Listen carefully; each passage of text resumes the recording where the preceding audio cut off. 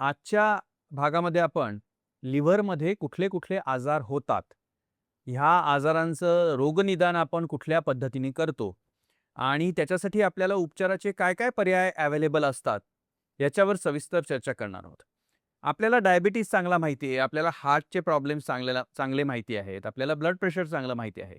पण असेच बरेच लिव्हरचे आजार असतात, ज्याच्याबद्दल समाज मनामध्ये फार थोडी माहिती आहे. आणि मला खात्री आहे, की हा आजचा एपिसोड जर आपण पूर्ण बघितला, तर लिव्हरच्या आजारांबद्दलही इतकीच छान माहिती आपल्याला कळू शकेल. सर ब्रॉडली स्पीकिंग तुमच्या प्रॅक्टिसमध्ये तुम्ही लिव्हरचे कुठल्या-कुठल्या प्रकारचे आजार बघता?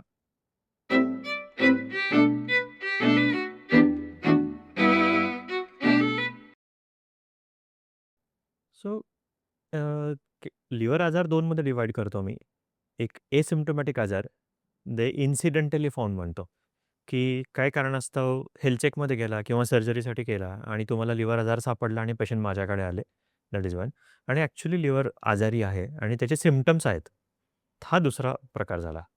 आता पहिल्या आजाराबद्दल इन्सिडेंटली बघायचं म्हटलं तर fatty liver is incidentally found एक.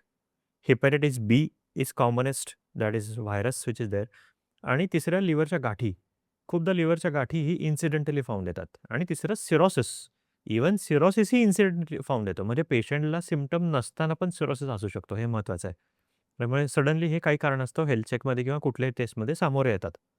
आणि जे सिम्प्टम्स बघायचे म्हटले, तर सिम्प्टोमॅटिक आजारमध्ये कावीळ हा कॉमनेस्ट आहे. म्हणजे पेशंटला आता सीझन चेंज झाला किंवा सांडपाणी नॉर्मल पाण्यामध्ये मिक्स व्हायला लागलं, तर व्हायरल हेपॅटायटिस हा आजार होत असतो. हे म्हणजे व्हायरसचं इन्फेक्शन. व्हायरसचं इन्फेक्शन, हे व्हायरल हेपॅटायटिस म्हणजे व्हायरस लिव्हरला डॅमेज करते, लिव्हरला आघात करते आणि त्याच्यामुळं लोकांना लिव्हर इंजुरी होते. मग लोकांना कावीळ यायला लागते.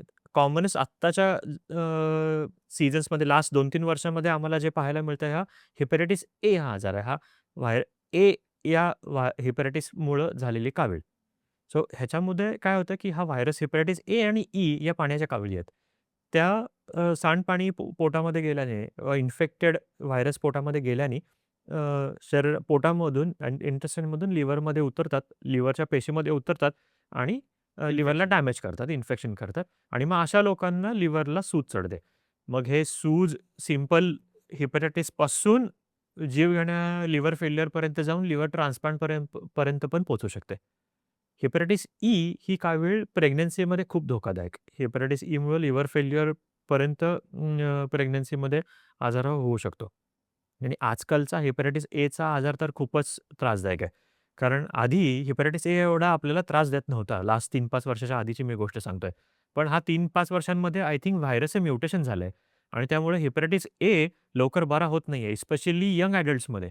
आणि खूप कावीळ, खूप दिवस, खूप महिने कावीळ राहते. लोकांना खूप इचिंग होतं आणि इव्हेंच्युअली ह्या लिव्हर बऱ्या होतात. पण खूप डॉक्टरांसाठी पण आणि पेशंटसाठी पण हे बऱ्यापैकी दमवतं. दमवणारा आणि त्रासदायक प्रकार झालाय.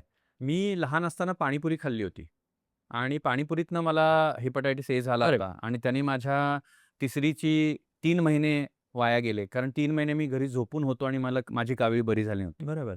सो त्यामुळे पाण्याच्या काविळी ज्या आहेत, या जसं घाण पाणी मिक्स झाल्यामुळे किंवा रस्त्यावरची पाणीपुरी खाली जी हायजिनिक नाहीये किंवा तुम्ही आता उसाचा रस पिला बाहेर जाऊन त्यात बर्फ टाकून, ते बर्फ कसा बनतो हे माहिती नाही आपल्याला किंवा तेच घाण पाण्यामध्ये बुचकळून ते ग्लास धुत असतात. त्यामुळे उसाचा रस मी काही वर्ष पिलेलाच नाहीये या कारणास्तव. त्यामुळे उसाचा रस तुम्हाला लोकं विचारतात, की "उसाचा रस हेल्दी आहे का?" रस हेल्दी आहे. मग तुम्ही ऊस खा. तुम्हाला तेवढंच पाहिजे असेल तर. किंवा रस समोर पिळून घ्या, जिथे तुम्हाला माहिती आहे किंवा घरी असे इन्स्ट्रुमेंट आहे ना, ज्याच्यामध्ये तुम्ही उसाचा रस काढू शकता. तर रसाबद्दल प्रॉब्लेम नाहीये. ती प्रोसेस जी पुढची आहे, त्याच्यामध्ये प्रॉब्लेम आहे. तिकडनं व्हायरस हा पोटामध्ये शिरू शकतो. सो लिव्हरचा आजार समजण्याचं एक लक्षण आहे कावीळ होणं. करेक्ट. असं अजून कुठलं लक्षण आहे का? सो पहिले सिम्प्टम्स जर यायला लागले, तर याच्यामध्ये पहिली भूक जाते. हा कॉमनेस्ट सिम्प्टम आहे लिव्हरचा. नॉशिया किंवा व्हॉमिटिंग, आहार समोर आला की अन्नाची इच्छा जाणे, वास यायला लागला की ओकारी आल्यासारखं होणे आणि भूक मरणे हे पहिलं सिम्प्टम आहे. त्याच्यानंतर डोळे पिवळे होणे किंवा लघवी डार्क पिवळी होणे हे 2 सिम्प्टम दिसायला लागतात आणि मग नंतर काही लोकांना इचिंग यायला लागतं. अंगाला खाज सुटायला लागते कावीळ अडकल्यामुळे. हे कॉमनेस्ट सिम्प्टम्स आहेत. काही लोकांना पोट दुखायला लागतं कारण लिव्हर उजव्या भागात आहे, तर उजव्या भागामध्ये पोट फुगणे, पोट दुखणे, स्ट्रेचमुळे हे सिम्प्टम्स असू शकतात. आणि मग पोटात पाणी होतं तेव्हा लिव्हरचा आजार असतो असं म्हणतात ते? करेक्ट. सो हे सिम्प्टम जे मी तुम्हाला सांगतोय हे सगळे ॲक्यूट सिम्प्टम सांगतोय. क्रॉनिक आजार जेव्हा झाला, सिरोसिसकडे जेव्हा तुम्ही पोहोचता, त्यावेळेस मग पाय सुजायला लागणे, पोट फुगायला लागणे, हात-पाय बारीक व्हायला लागणे, हे सिम्प्टम्स दिसायला लागतात लोकांना. सो भरेल लिव्हर फंक्शन टेस्ट तुम्हाला नॉर्मल दिसतील किंवा लिव्हर टेस्टमध्ये खूप जास्ती बदलाव नाही. काही लोकांना कावीळच येत नाही. काही लोकांचं बिलिरुबिन 1 किंवा 2च राहतं. पण ज्या लोकांना ऑलरेडी पाय सुजून पोट फुगलेलं असतं, हा वेगळा स्ट्रेट आहे एक लिव्हर आजार खूप वेगळ्या-वेगळ्या पद्धतीने प्रेझेंट होतात. त्यामुळे लोकांना असं वाटतं, की अरे कावीळच नाही ह्याला आणि मी सांगतो, की लिव्हर बदला. पण हे एवढं साधं सोपं नाहीये. नुसतं लिव्हर फंक्शन टेस्टवरून तुम्ही अॅनलाईज नाही करू शकत. तुम्ही पेशंटला ॲज अ होल पाहायला पाहिजे वरून खाली आणि मग तुम्हाला कळायला पाहिजे. सो लिव्हरच्या आजाराचं एक मराठीमध्ये डिस्क्रिप्शन आहे. हातापायाच्या काडा आणि पोटाचा नगारा. हे टिपिकल सिरोसिस म्हणजे जर तुम्ही इमॅजिन केलं डोळे बंद करून, की हातपाय बारीक झालेले असतात आणि पोट फुगलेलं असतं. पोटामध्ये पाणी झालेलं असतं किंवा पाणथरी वाढलेली असते. सो हे typical liver cirrhosis end stage liver disease जेव्हा डेव्हलप होतात, जेव्हा हा लिव्हर एंड स्टेजला पोहोचायला लागतो, तेव्हा हे सिम्प्टम तुम्हाला दिसायला लागतात. आपण कुठले-कुठले आजार होऊ आणि शकतात हे बघितलं. दुसरं एक सिम्प्टम आहे, की रक्तात संडासमध्ये रक्त जाणे. हं. एक ब्लॅक कलरचं स्टूल म्हणजे ब्लॅक टारी म्हणजे जसं डांबरासारखं. डांबरासारखी काळी. काळी संडास होणे हे आतड्यामध्ये रक्त असतं म्हणून ही होते. हेही लिव्हर आजाराचं किंवा रक्ताच्या उलट्या होणे हेही लिव्हर आजाराचे एक सिम्प्टम्स असतात. आणि संभ्रम किंवा अमोनिया वाढल्यामुळे किंवा लिव्हरचा कावळीचा असर मेंदूवरती व्हायला लागतो आणि भान हरपायला लागतं ह्या लोकांचं. सो अशा सिम्प्टम्स जर चालू झाले म्हणजे संबंध नसलेली बडबड करणे, बिथरणे, कळतच नाही काय चाललंय समोर, या कन्फ्युजन चालू होणे, हेही लिव्हर आजाराचे सिम्प्टम्स असू शकतात. सो आपण सिम्प्टम्स बघितले, लक्षणं बघितली. अशा काही टेस्ट आहेत ज्याने आपल्याला काय चाललंय हे समजू शकतं? सो टेस्ट लिव्हर आजाराच्या पेशंट पाहिल्यानंतर हिस्ट्री आणि पेशंट बघितल्यानंतरच अर्धा डायग्नोसिस किंवा ऑलमोस्ट डायग्नोसिस झालेलं असतं, की बाबा ह्याला लिव्हर आजार आहे. फक्त कारणं शोधायला किंवा फाइंडिंग कन्फर्म करायला आपण टेस्ट करतो. मग किंवा तो त्याच्यामध्ये कुठल्या स्टेजचा आहे हे समजण्यासाठी करेक्ट. करायचं. कुठली स्टेज आणि कारण काय? समजा कारण माहिती नसेल. समजा अल्कोहोलच नाहीये पेशंटचा आणि दे आर टेलिंग मी की असं-असं चालू आहे, कावीळ चालू आहे, पोटात पाणी भरायला लागलंय. तर मग पुढच्या टेस्ट चालू होतात. ह्याच्यामध्ये ब्लड टेस्ट आल्या. पहिल्यांदा आपण ब्लड टेस्ट करतो. त्याच्यामध्ये हिमोग्राम आला, सीबीसी झालं आणि लिव्हर फंक्शन टेस्ट झाल्या आणि मग काही कारणाच्या आम्ही टेस्ट पाठवतो. जसं हेपॅटायटिस बी, हेपॅटायटिस सीच्या टेस्ट झाल्या या आणि मग रेअर टेस्ट पाठवायला लागतो. त्या स्टेप 2, स्टेप 3 मध्ये जातात. नंतर इमेजिंग आलं. सो ब्लड टेस्ट आणि इमेजिंग. इमेजिंगमध्ये सोनोग्राफी झाली, फायब्रोस्कॅन किंवा इलॅस्टोग्राफी झाल्या किंवा सीटी किंवा एम-आर-आय झालं. जे काही टेस्ट लागतात त्या पेशंटला बघून आपण डिसाईड करतो, की कुठले टेस्ट करावे लागतील आणि लास्टली काही पेशंट्सना एंडोस्कोपी लागते टू फाइंड आउट की आतमध्ये रक्तवाहिन्या फुगल्यात का? कारण सिरोसिस झाला तर पोर्टल हायपरटेन्शन हे डेव्हलप होतं आणि पोर्टल हायपरटेन्शन झालं, की अन्ननलिकेच्या रक्तवाहिन्या, जठराच्या रक्तवाहिन्या मोठ्या होतात आणि कधी-कधी त्या मोठ्या फुटतात प्रेशरमुळे. प्रेशर कुकर कसं शिट्टी वाजते, तशी ती प्रेशरनी व्हरायसेस फुटतात. त्याला व्हरायसेस म्हणतात आणि मग रक्तस्राव आतमध्ये होतो. डायबिटीसचा आणि लिव्हरच्या आजारांचा कितपत संबंध आहे? डायबिटीस हा मेटाबॉलिक सिंड्रोम आहे.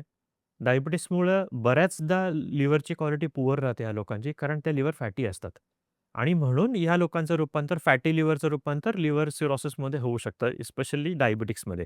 मग डायबिटीस आणि फॅटी लिव्हरचं हे कनेक्शन आहे म्हणजे त्यांचं. प्रोग्रेशन फास्ट होतं त्यांच्या. येस. तर ओबेसिटीचं? Obesity is also connected.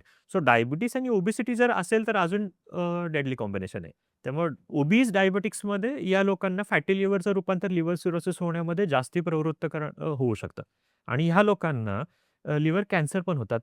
Cirrhosis होण्याच्या आधी सुद्धा लिव्हर कॅन्सर होऊ शकतात. नॅश आधी म्हणायचे त्याला. आता मॅश म्हणतात. त्याला मेटाबॉलिक स्टियाटोहिपॅटायटिस.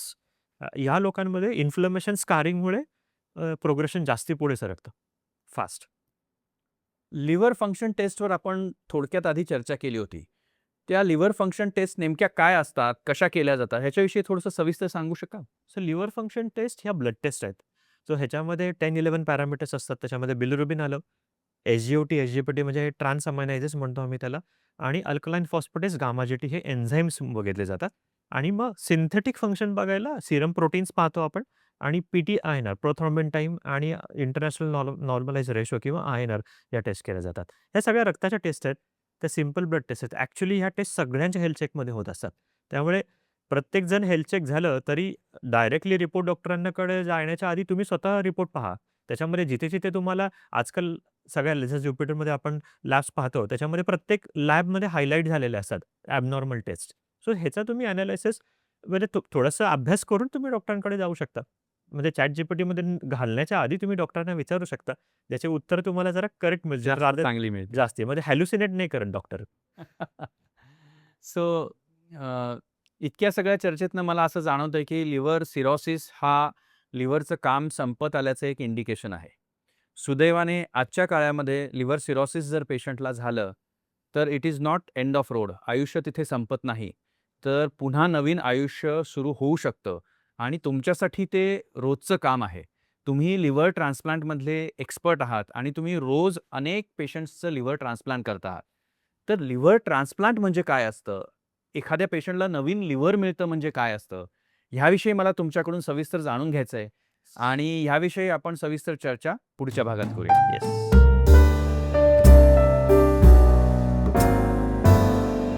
आजचा एपिसोड जर तुम्हाला आवडला असेल, तर कॉमेंटमध्ये आम्हाला जरूर सांगा.